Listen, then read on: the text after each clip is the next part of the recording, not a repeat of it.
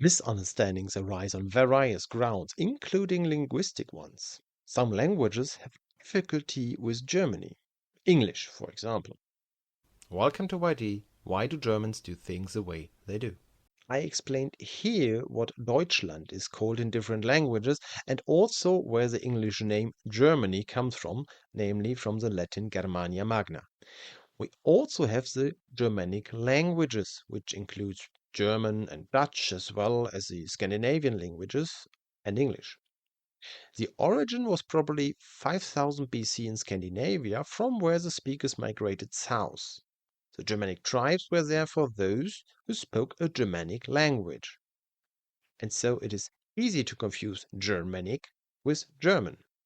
But no one confuses Swedish with English or German.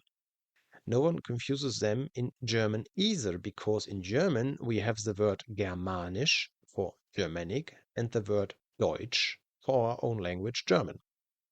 Perhaps the English could also use a different word for the German language, but they probably can't pronounce Deutsch, which ends up sounding like Dutch, which is already the name of the language in the Netherlands. How about the Scandinavian word Tysk? In Scandinavia, Germany is also called Tyskland, or perhaps Noorliit Nunart, which is what Germany is called in Greenlandic. Incidentally, English is very much a Germanic language. It originated from the Angles, Saxons, and Jutes who landed in southern England, via words from the Scandinavians who repeatedly invaded central England with the Vikings, to the Normans who were Scandinavians who settled in northern France. Incidentally, Germany is not that old. France is much older.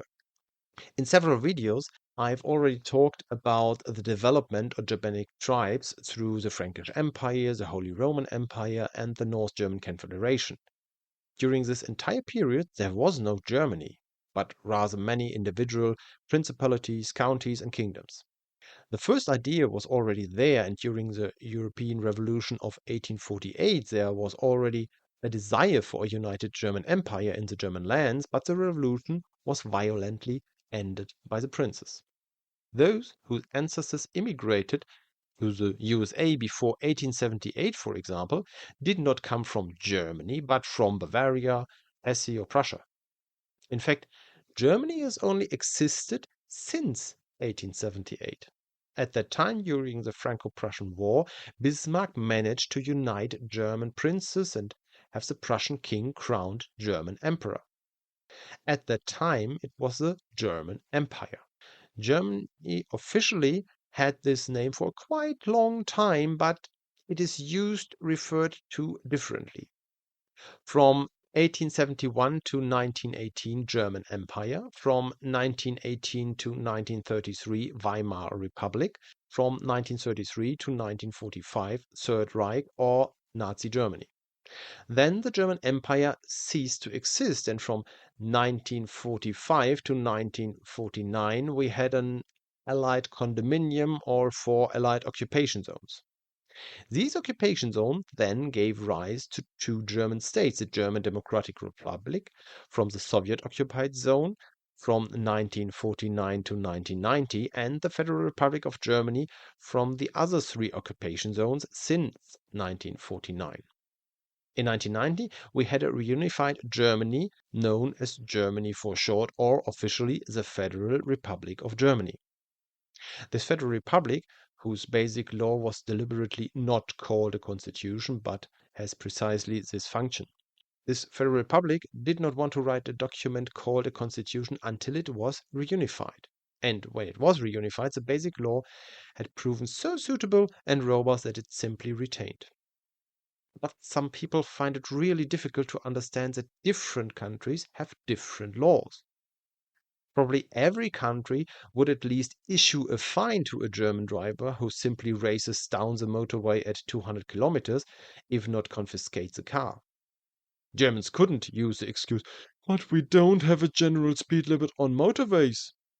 Also, I can use public transport in Germany free of charge with a Deutschland ticket. I need a valid ticket again when I cross the border into Denmark or Poland.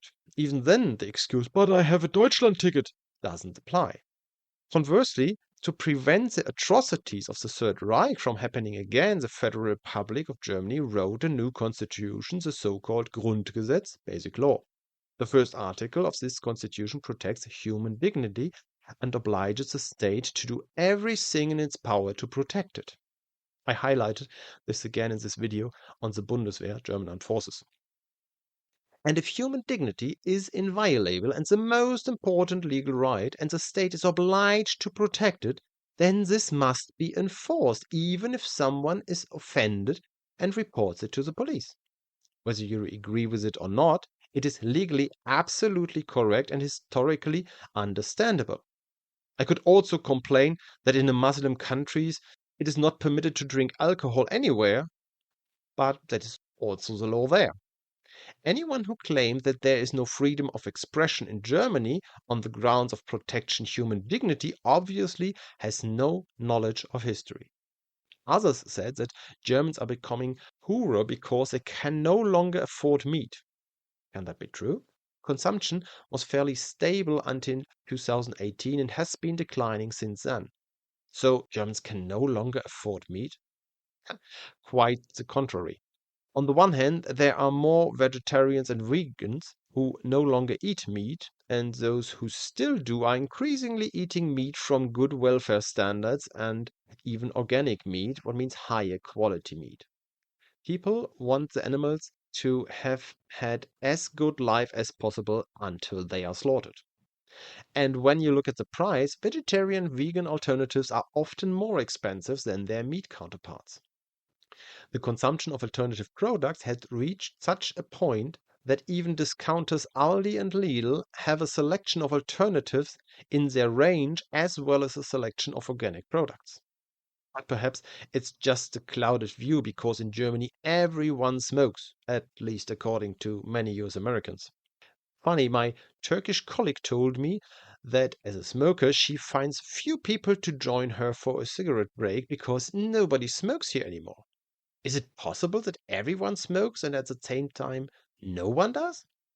It always depends on where you come from. In the US, around 11% smoke, and in Turkey, almost 40%. In the EU, the figure is 24%, and in Germany, it is 21.8, which is pretty much the EU average. In Germany, smoking is relatively evenly distributed between the sexes, whereas worldwide, 34.6% of men smoke, but only 6.45% of women. However, the proportion of smokers in Germany has been falling steadily in recent years and decades, partially due to advertising bans and shocking images. So while the proportion of smokers in Germany is about twice as high as in the USA, many more people smoke here, whereas in comparison to Turkey, far fewer people smoke here. It's always a question of perspective. So please misunderstand me correctly. Remarks, addition, and comments in the comments. Thank you for your attention. See you in the next video.